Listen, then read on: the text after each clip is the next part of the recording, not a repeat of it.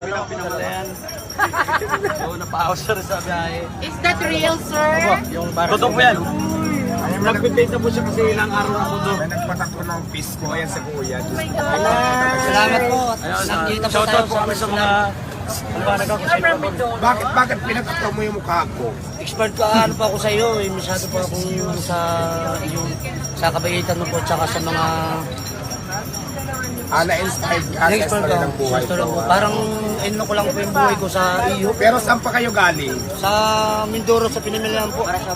So, Mindoro, pumunta kayo rito Para makita ko lang po kayo at mamit ko ta. Ay, talaga. Maraming po salamat. Ako po yung tumawag sa inyo kahapon doon sa telepono. Ang galing. So, ilang oras yung biyahe? Dahil siya nang mahali. Umalis po kami kagabi doon ay alas Nandiyan ang Ayan siguro ito na makatuluyan ko si kuya kasi nakita ko talaga yung suporta ng pagmamahalin niya. Pinatato niya talaga ako sa katawan niya. Alam niyo Biruin ba? mo.